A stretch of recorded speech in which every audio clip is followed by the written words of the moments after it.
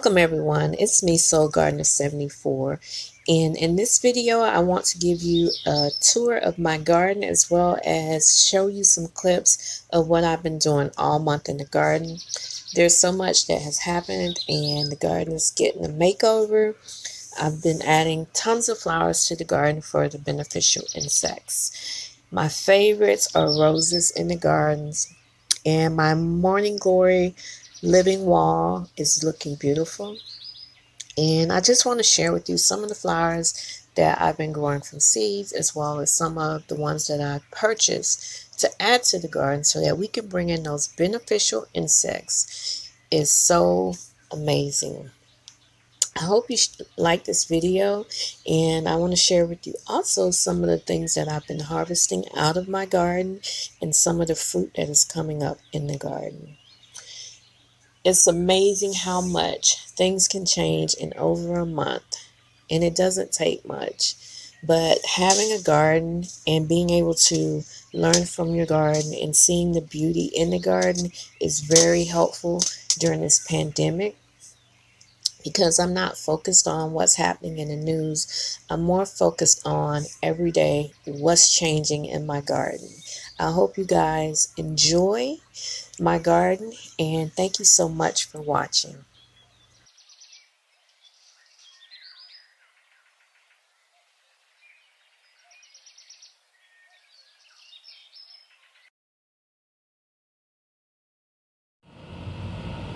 This was my project for the garden today, and this is my bug motel that I made out of stuff that I had laying around.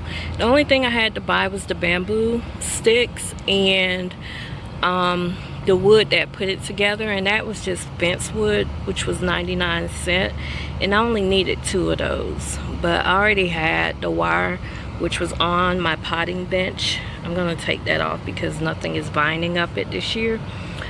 So I think I'm gonna make more of these. This was my first attempt. It was really easy.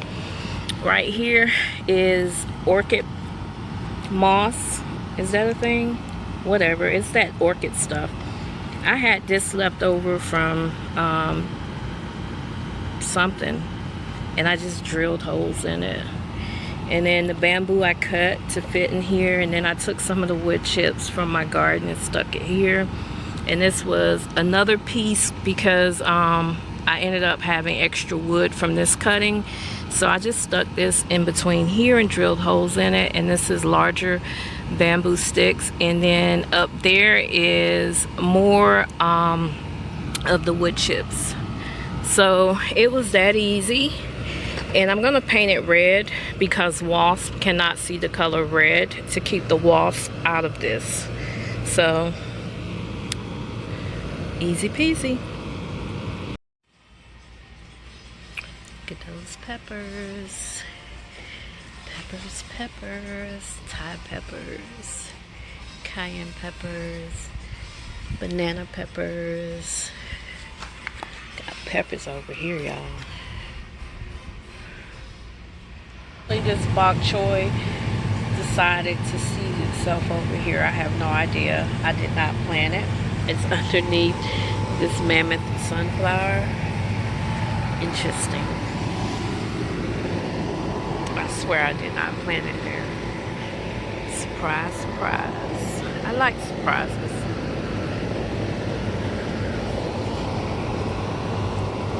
Got some more corn popping up, and somehow I planted 2 right next to each other. That's gonna have to go. So far I got 3, 6, 9. I'm getting rid of that one, or at least relocating it. Corns in this bed. So I am working on the hill, and what I did was start planting, laid down some fabric weed barrier. And what I planted here, because it's an herb and I can harvest it, I planted lavender, 3 different varieties on this side. The corn, the black-eyed peas, and squash is going in this bed. And then this is red salvia here, And next is Black-Eyed Susans. Let me show you the roots on this plant that was in the greenhouse. Isn't that crazy? I started this from seeds in January. This thing is ready and it's starting to flower. This thing is ready. It has beautiful yellow and brown flowers that kind of look like sunflowers, but I'm planting 3 rows there and then more plants along here. So yeah, that's what I'm doing, guys. Anyone else out there starting projects left and right and not finishing them, or is that just me? So I decided I'm gonna test this drip irrigation. So I got a Rainbird kit since it already had the starter pieces, and if this works good in the front bed, then I am going to design something for the garden. So yeah, here we have my cayenne peppers along with curly kale. So around this barrel I planted curly kale so that we can have curly kale during the summer. Today I am going to put this dragon fruit and this plumeria stick in some soil, and we'll wait for our root system to grow.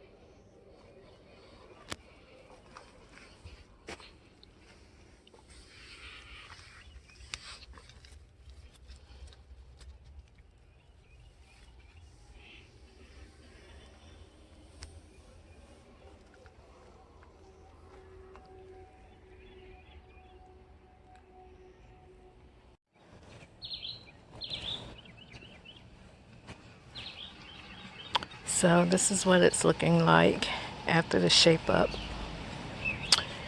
And I just have one more section to go, which is right there where the tall tomatoes are. And then I'm done with this area.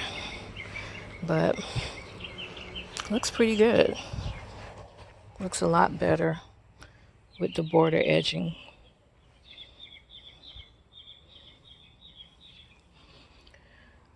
So yeah.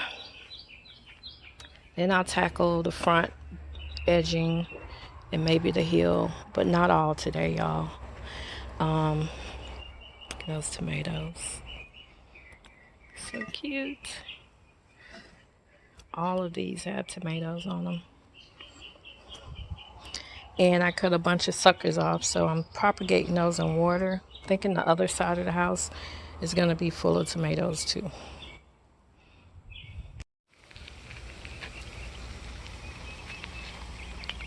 And this is what it looks like. Still have to finish that side over there, putting it down, but I need some topsoil to level up the soil higher, and so it's not a dip. And I'm going to get some 180s here to replace these, because I don't want them actually touching my leaves, you know. But this is what it looks like. And this is my pole right there. So we have black-eyed Susans, Mexican sunflowers. This is my pepper patch, and what I have here is 3 chocolate bell peppers, cayenne pepper plants, 4 pots, but there's actually 3 plants inside of each pot, banana peppers, and my purple bell pepper. And these are my Thai peppers. So I added a flower border right here with sweet potato vines, miniature roses, knockout roses, don't ask, can't think of the name, and these are gladiosa bulbs and black-eyed Susans. So I've been doing a lot of work lately, guys, a lot. And this is my front bed that I've been working on, which has Jamaican sorrel as a hedgerow, and I'm gonna have to find something that could take the afternoon heat to go in this bed. I just transplanted these so they don't look that hot, but eventually they will. The Jamaican sorrel did the same thing when they first got transplanted over here in this area. They had to get used to it. So I'm throwing out grass seeds so that I can build up the grass in this area right here, because there was no grass. So here I am being transparent. So this bed did not do what I thought it was going to do. I'm not feeling it. I had cucumbers. I have cucumbers, tomatoes in here, and it's just not putting out for the space that it's taking up. So what I'm going to do is just take these out and plant some sweet potato vines in here. And then I'm going to start some corn seeds as well in here so I can have sweet potatoes and corn. But this is me being transparent. Am I upset? No, because I still got time to grow. I didn't lose my life. I just didn't get what I thought I was going to get out of this bed. And I am going to add my sweet potato vines to this bed. So it's not always success in the garden. The rest of the garden looks absolutely beautiful, but this bed right here just isn't doing it for me. Sweet potato vines are low maintenance. They don't require a lot of watering. They don't require a lot of time and attention. They grow, they do their thing. The vines are absolutely beautiful. So it'll be beautiful seeing the vines just sprawl out all over the place. That's how hot that is. You see that? The steam from the water hitting this bed. It's hot, y'all. So yeah, that's what I'm about to do. I'm about to add sweet potato vines to this lovely bed. What I like to do when I'm potting from my cups or different starter pots is just take out a big enough hole that the entire cup can fit in. That way I don't disrupt the root system of what I'm planting. So some of these have more than one plant in the pot, so I'll have to just create an area for them. Sweet potatoes, unlike regular potatoes, they grow from these slips. They don't grow from the actual potato. That's why anytime these right here touch the ground, they'll create a new root, and underneath that new root, it'll create a sweet potato. That's why sweet potatoes are so good to plant, because it's a plant that keeps giving and giving. And you don't even have to do slips. You can plant an actual sweet potato, but it's so much better when you plant the slips, because each slip will produce a potato, and then anytime the vine makes contact with the soil, that will also create a sweet potato. These are my sweet potato vines that I've been rooting in water, and today they get a new home. Isn't that exciting? So we got sweet potatoes coming this summer, y'all. I love sweet potatoes. I am adding this Dahlberg daisy to my garden, and it's been on my carport since I bought it, but the fragrance is absolutely amazing. I never heard of it, but it was at my local nursery for $2, so I said, why not? And look, this is where I'm planting them.